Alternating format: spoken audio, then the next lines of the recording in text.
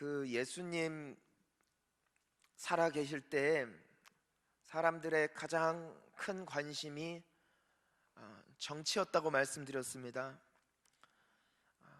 나라가 바뀌고 지도자가 바뀌고 또 모든 정책이 새로워지면 우리가 꿈꾸는 하늘나라, 우리가 꿈꾸는 세상이 열릴 거라 믿어왔기에 그들은 예수님이 등장했을 때 그와 같은 정치 개혁, 나라를 뒤집는 일을 할 것을 기대하고 또 기다렸습니다.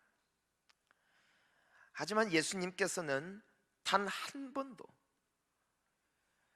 이 나라와 영혼들의 소망을 정치와 지도자들에 두며 말씀하신 게 아니라 오히려 어떠한 상황 속에서도 행복과 감사와 기쁨을 누릴 수 있는 영혼의 치유책을 말씀하여 주심으로, 또한 살리는 인생 되어지는 길을 가르쳐 주심으로 이 세상을 변화시키기를 원하셨습니다.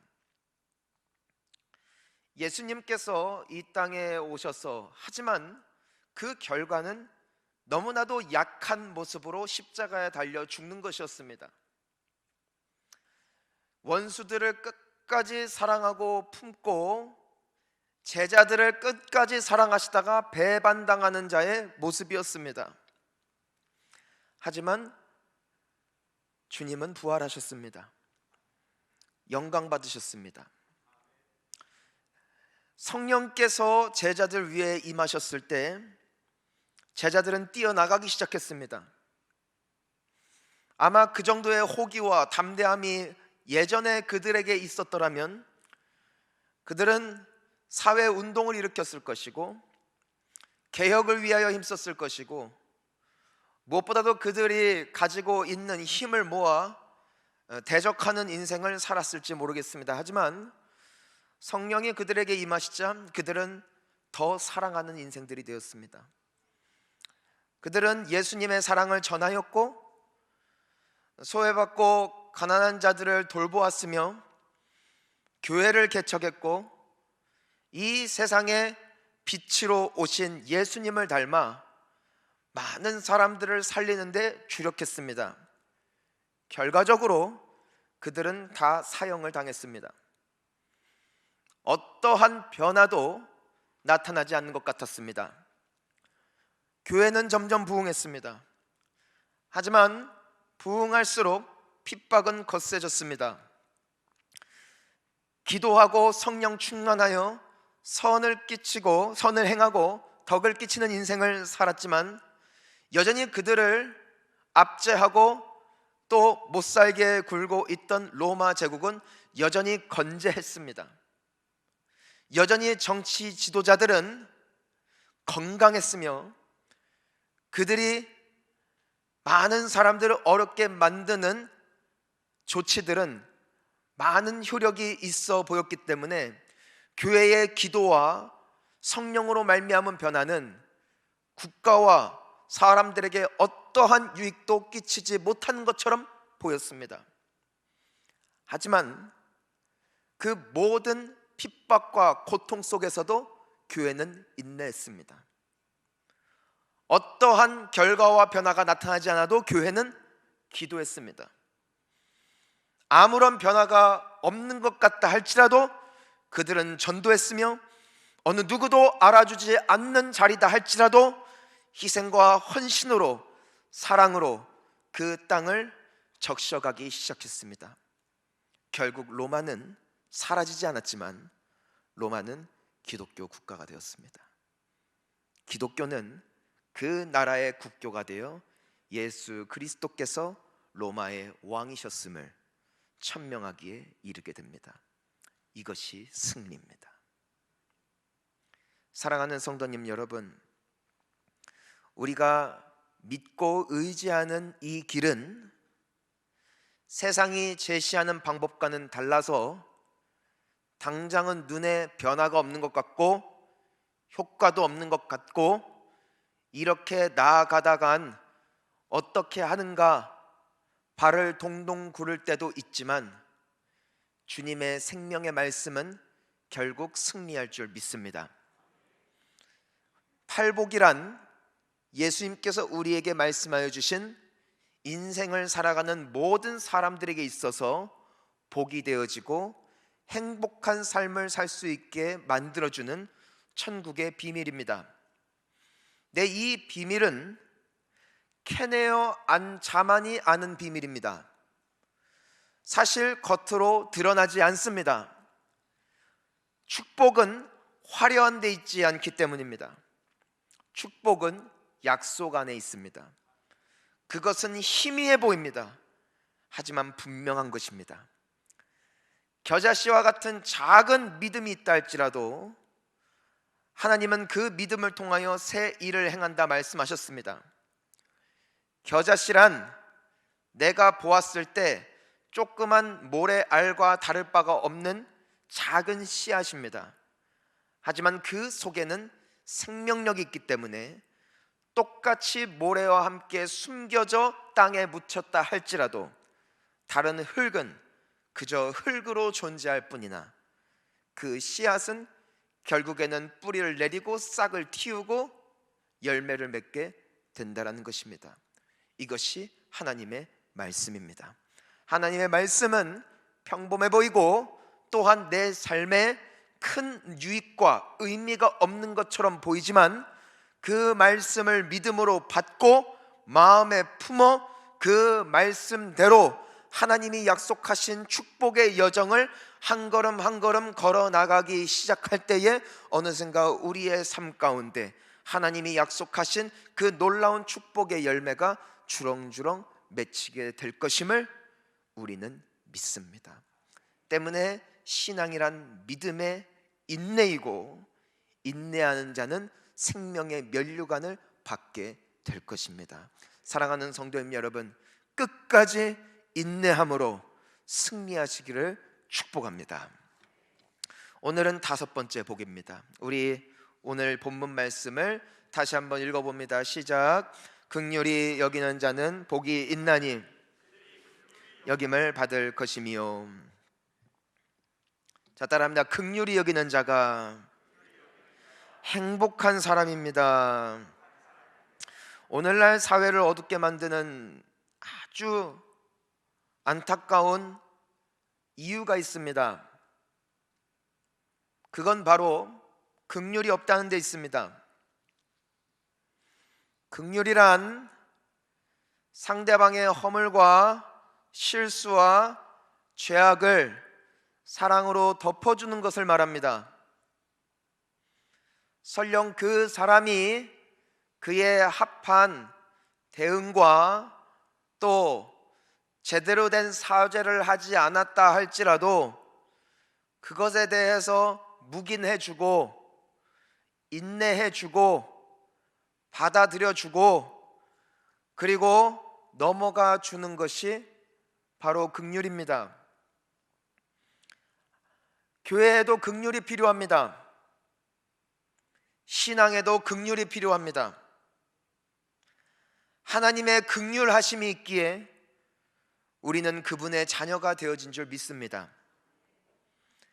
하나님이 우리가 충분히 사죄하고 충분히 회개했고 충분히 선을 쌓았기 때문에 오늘 우리를 용서하시고 받아들이시는 것이 아니라 그분의 긍휼하심이 우리의 허물을 덮어주시기 때문에 우리는 나음을 입었고 오늘도 그분의 은혜를 바라며 그분의 축복을 구하며 예배할 수 있다라는 것입니다. 히브리서 4장 16절 말씀을 보니까 이렇게 기록되어 있습니다. 그러므로 우리는 긍휼하심을 받고 때를 따라 돕는 은혜를 얻기 위하여 은혜의 보좌 앞에 담대히 나아갈 것이니라. 아멘. 자, 우리는 하나님의 긍휼하심을 받기 때문에 우리가 성전에 나올 때 감사와 기쁨으로 하나님을 찬양할 수 있는 것이에요. 하나님이 나를 받아주셨기 때문이에요. 오늘도 나를 받아주십니다. 긍휼은 내가 긍휼을 받을 만한 존재이기 때문에 받는 것이 아니라 긍휼은 무조건적이라는 것이에요. 이해해 주는 것이라는 것이에요. 넘어가 주는 것. 오늘날 우리에게는 이것이 필요해요. 이건 교회에 필요해요. 이것은 가정에도 필요해요. 사회에도 필요해요.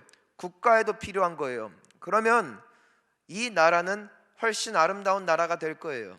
실수하더라도 용서해주고 이해해주고 묵인해주고 다시 덮어주고 함께 갈 수만 있다면 그 안에는 분열이 없을 거예요. 그 안에는 하나 되어짐이 있을 것이고 기쁨이 있을 것입니다. 하지만 문제가 있다면 오늘날 이 시대에는 긍휼이 점점점 사라져간다는 사실이죠.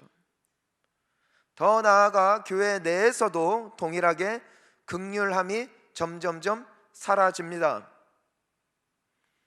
무서워서 교회 못 다니는 사람들이 절반은 됩니다. 책 잡힐 것이 두렵고 실수한 것에 대해서 정죄받을 것이 무서워 교회라는 곳을 나아가기가 너무나 부담되는 사람들이 우리 주변에 많이 있습니다. 가정 내에서도 속내를 다 드러내기가 너무나 힘듭니다. 왜냐하면 드러나면 혼나기 때문입니다.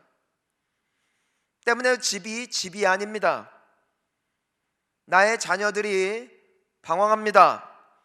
탈선합니다.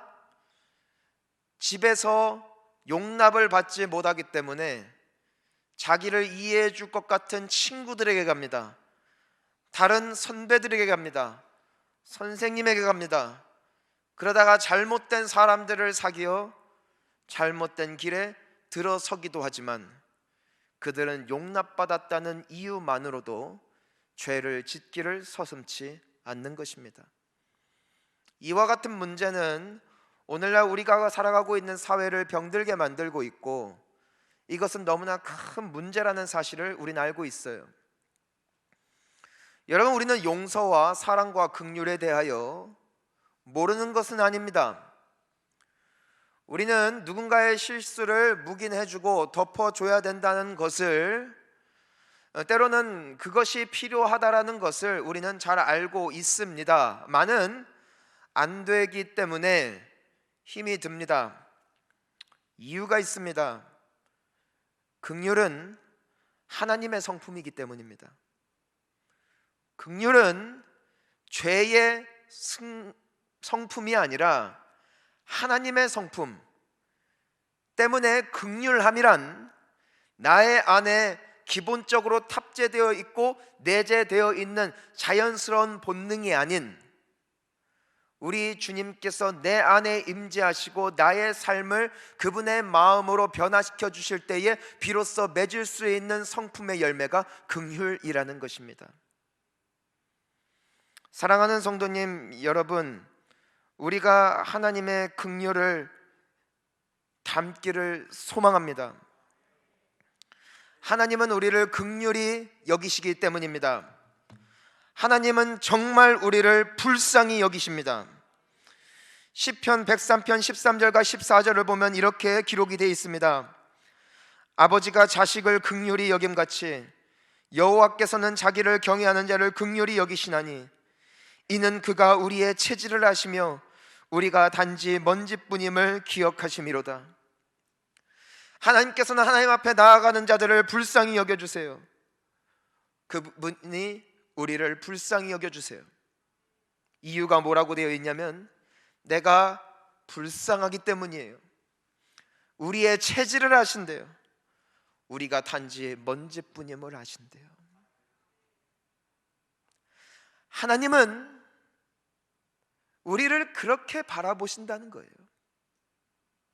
우리는 사람이기 때문에 그 사람의 행동, 그 사람의 말투, 그 사람의 겉모습을 보고 그 사람을 판단하지만 하나님은 그 사람의 겉모습을 보고 판단하시는 분이 아니라 그 사람의 영혼을 보신다는 것이. 예수님께서는 예수님께 다가오는 수많은 죄인들을 보면서 불쌍히 여기셨다고 되어 있어요. 왜 불쌍히 여겼는 줄 아세요? 뭐라고 기록이 돼 있냐면은 가난하기 때문이 아니래요. 아파서 때문이 아니래요. 싸웠기 때문이 아니래요. 사업이 어렵기 때문에 불쌍히 여기신 게 아니래요. 저들이 목자 잃은 양같이 방황하기 때문이었다. 하나님이 없는 영혼, 하나님이 없는 인생 때문에 그들의 영혼은 새까맣게 타들어가는 거예요. 그들의 속은 까맣게 멍들어 있는 거예요. 그들이 예수님 앞에 나올 때는 그래도 랍비니까, 선생님이니까 나름대로 치장도 하고 웃는 얼굴로, 오늘 우리가 교회에 나왔을 때에 나름대로 옷을 잘 입고 밝은 얼굴로 앉아 있으려고 애쓰는 것처럼 예수님께 나온 사람들도 그와 같은 모습이었을진데, 예수님은 그들이 너무너무 불쌍했다는 거예요. 왜냐하면 그들의 겉모습이 추했기 때문이 아니라 그들의 영혼이 가련했기 때문에. 예수님 없는 인생, 죄로 가득한 인생은 불쌍한 인생입니다. 사람은 왜 욕을 할까? 사람은 왜 싸울까? 사람은 왜 사기를 칠까? 왜 사람은 거짓말을 할까? 우리는 그와 같은 사람들의 모습을 보며 분노해요. 근데 그건 그 사람을 향한 분노가 아닌 죄를 향한 분노가 돼야 된다는 것이에요. 아, 사람 안에 있는 죄성이란, 하나님을 떠난 인간의 본능이란 이와 같이 더럽구나. 하지만 여러분, 우리에게 주어진 축복이란 무엇입니까? 내가 예수 안에 나음을 입었다는 것입니다.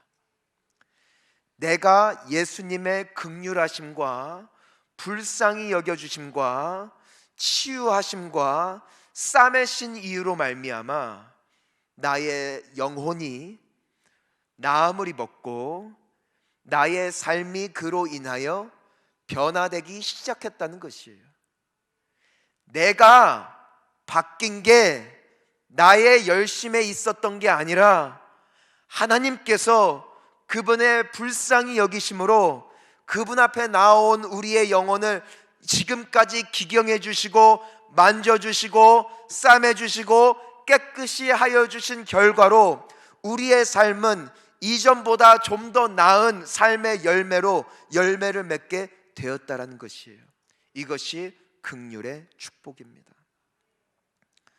저는 신방을 하면서 과거에는 그러지 못했으나 오늘날 예수님을 믿고 예배하는 가운데 정말 아름다운 모습으로 변화되어지는 많은 분들의 기도 제목을 봅니다. 최근에도 어떤 분이 예전에는 기도 제목이 뭐 그냥 비슷했어요. 가족 건강하게 해주세요, 사업 잘 되게 해주세요, 끝, 이거예요. 더 기도할 게 없어요. 근데 기도 제목을 보면은 그 사람이 지금 어떠한 상황 가운데 있는지가 다 보이는 것이거든요. 근데 그랬던 분이 교회를 다닌 지 1년이 지나고 2년이 지나고 3년이 지나고 하면서 기도 제목이 매년 바뀌어요. 최근에는 어떤 기도 제목을 쓰냐면은 내가 올해에는 하나님을 전도하게 해주세요, 내가 교회와 사회에 축복이 되게 해주세요. 예전에는 나만 알았던 거예요. 예전에는 나의 배만 중요했던 것이에요. 하지만 하나님의 긍휼하심으로 말미암아 우리가 변화를 받게 된 거예요. 그래서 이와 같은 많은 간증들이, 변화들이 우리의 삶 가운데 열매를 맺게 되었다라는 것이죠. 하나님의 긍휼, 그 결과는 우리 모두에게 축복이 되었다는 것. 하나님께서는 우리가 그분의 성품을 담기를 원하십니다. 왜냐하면 내 주변에 있는 사람들의 변화와 치유에는 동일한 긍휼함이 필요하기 때문입니다. 내가 바꾸려고 애쓴다고 바뀌는 것이 아닙니다. 내가 노력한다 하여 그 사람의 삶을 바꿀 수 있는 것이 아니더라는 것입니다. 사람에게는 긍휼이 필요합니다. 기회가 필요합니다. 용서가 필요합니다. 그 사람에게 다시 나아갈 수 있는, 그들의 손을 붙잡아 줄 수 있는 한 사람이 오늘날 필요하다는 것입니다. 예수님 안에 거하시기를 축복합니다. 예수 안에 거할 때 그분의 생명의 씨앗이 내 영혼에 뿌리를 내리고 싹을 틔워 그분의 긍휼하신 성품이 나의 영혼과 나의 마음과 나의 생각을 지배하여 우리가 주님을 닮아 덮어주는 인생이 될 거예요. 여러분, 지금까지 우리가 살아오면서 정말 그 은혜가 필요하다는 것이에요. 사실 우리에게는 너무나 많은 허물이 있다는 것이에요. 우리는 하지만 용서를 받기를 원하나 용서하기를 싫어하고, 긍휼함을 얻기를 원하나 긍휼함을 주기를 싫어하는 모습. 하지만 예수님은 마태복음 7장 12절에 이렇게 말씀하셨습니다. 함께 읽어봅니다. 그러므로 무엇이든지 남에게 대접을 받고자 하는 대로 너희도 남을 대접하라. 이것이 율법이요 선지자니라. 여러분, 사랑받기를 원하십니까? 사랑하십시오. 용서받기를 원하십니까? 용서하십시오. 긍휼함을 받기를 원하십니까? 긍휼히 여기시기를 바랍니다. 그러면은 그 긍휼함을 나도 받게 된다는 것이에요. 여러분, 긍휼이란 무엇일까? 물론 그 사람을 이해해주고 용납해주고 하나님의 사랑에 의지하여 기도함으로 그 사람의 실수와 부족한 부분을 그냥 잊어주는 것이 긍휼의 첫 번째 모습일 거예요. 하지만 긍휼은 마음으로 완성되는 것이 아니라는 것입니다. 긍휼은 마음으로 완성되는 것이 아닙니다. 긍휼이란 삶을 통해 완성되는 것입니다. 선택과 결단을 통해 완성되어지는 것, 그것이 하나님께서 우리에게 보여주신 긍휼의 열매였고, 그 긍휼의 열매가 우리의 삶 가운데 피어오를 때에 나라와 가정과 사회는 회복될 것입니다. 여러분, 마태복음 9장 13절을 보면은 이런 말씀이 있어요. 함께 읽어봅니다. 너희는 가서 내가 긍휼을 원하고 제사를 원하지 아니하노라 하신 뜻이 무엇인지 배우라. 나는 의인을 부르러 온 것이 아니요 죄인을 부르러 왔노라 하시니라. 지금 예수님이 왜 이 말씀을 하시냐면은, 예수님은 당시에 사람들이 피하는 사람들을 가까이 하셨거든요. 창기들, 세리들, 죄인들, 과부들, 가까이만 있어도 싸잡혀서 욕먹는 사람들. 근데 예수님이 하루는 그 사람들과 같이 식사를 하면서 교제를 하시는 것을 그 유대인들이 본 거예요. 그러면서 속으로 욕한 거죠. 저 사람이 만약에 진짜 하나님의 아들이고 선지자이고 구원자라면 저렇게 하면 안 되지. 저렇게 하면 안 되지. 그들을 위해서 우리가 기도할 수 있을지 모르지만 저렇게 하면 안 되지. 예수님은 하지만 마음을 품는 자리에서 그치신 게 아니라 마음을 품은 그들을 찾아가셨다는 거예요. 그들과 함께 하셨다는 것이에요. 그들을 도우셨다는 것이에요. 그들을 살리기 위하여 희생하셨다는 것이에요. 여러분, 우리가 요한복음 3장 16절 말씀을 알아요. 하나님이 세상을 이처럼 사랑하세요. 하나님이 우리를 사랑하셨다는 것이에요. 우리를 불쌍히 여기셨다는 것이에요. 근데 하나님은 불쌍히 여기는 마음으로 그치신 분이 아니라 독생자를 주셨으니 이는 저를 믿는 자마다 멸망치 않고 영생을 얻게 하려 하심이라. 긍휼에는 희생이 필요했고 희생을 통하여 긍휼의 열매가 완성됐다는 거예요. 하나님께서 마음만 품으셨다면 우리는 여전히 죄인이요 소망이 없는 인생들이요 오늘날 우리가 누리는 축복을 하나도 누리지 못할 겁니다. 하나님의 결단이, 예수님의 희생이 우리로 하여금 나음을 입게 하였다는 것이, 저가 채찍에 맞음으로 우리가 나음을 입고 그가 고초를 당함으로 우리가 평화를 얻게 되었다는 것이에요. 공짜로 주어진 게 아니었다는 것입니다. 우리는 사실 교회를 다니고 하나님을 믿는 사람들로서 착한 마음이 다 있습니다. 위하는 마음, 생각하는 마음, 걱정하는 마음 없는 이가 누굴까?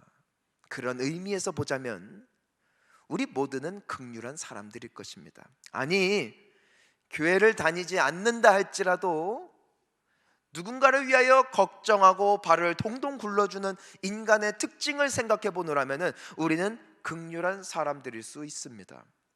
하지만 예수님은 그렇게 말씀하지 않으셨습니다. 예수님은 우리에게 한 이야기를 주십니다. 그건 바로 선한 사마리아인의 비유입니다.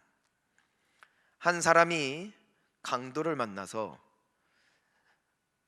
엄청 얻어맞고 가지고 있는 거 다 뺏기고 피를 철철 흘리면서 길바닥에 버려져 있었습니다. 근데 그 길을 마침 제사장 한 사람, 제사장이란 누굽니까? 하나님을 예배하는 지도자예요. 보고 아휴, 저 사람은 어쩌다가 저렇게 됐나? 저 피 흘리는 거 봐라. 어떡하나. 그리고 지나갔어요. 잠시 후에 레위인 한 사람이 지나갑니다. 그는 예배를 섬기는 사람이에요. 보고선 깜짝 놀라서 진짜로 여기 이렇게 어려운 사람들이 많이 있는데 이거 어떻게 하면 좋나? 진짜 빨리 사회가 바뀌고 도둑들이 빨리 없어져야 될 텐데 하고 지나갔다는 것이.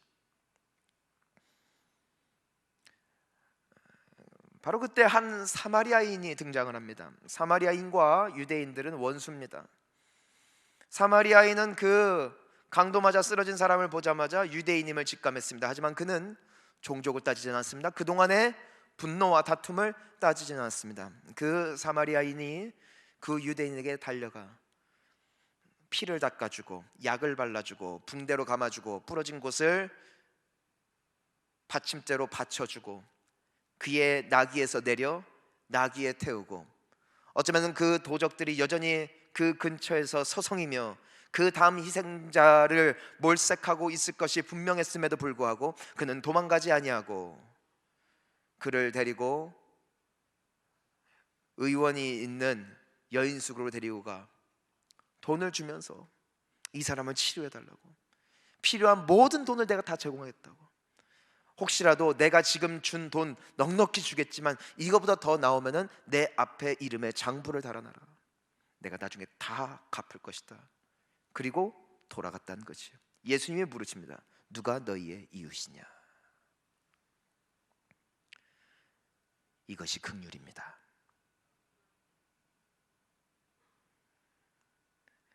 내 마음에 있는 사람, 어려움을 아는 사람을 위하여 가슴 아파하는 자리에서 나아가 그 사람 앞에 서는 것, 그 사람과의 아픔과 고통을 위로하며 싸매주며 그들의 이야기를 들어주고 그들의 회복을 돕는 발걸음, 희생, 이것이 하나님께서, 예수님께서 우리에게 보여주신 긍휼의 사랑이었고, 또한 예수님께서 우리에게 말씀하신 이 사회와 가정과 국가를 회복시킬 하나님의 성품인 줄 믿습니다. 성도님 여러분, 오늘 그동안 여러분들의 마음속에 기도의 제목으로 있었던 분들을 위해 전화 한번 하시기를 축복합니다. 그들에게 문자 한번 보내주십시오. 혹시 항상 마음에 걸리지만 교회에서 못 본 지 오래된 분 계시다면 그분의 사업장에 찾아가 주십시오. 그분의 직장에 한번 찾아가 주십시오.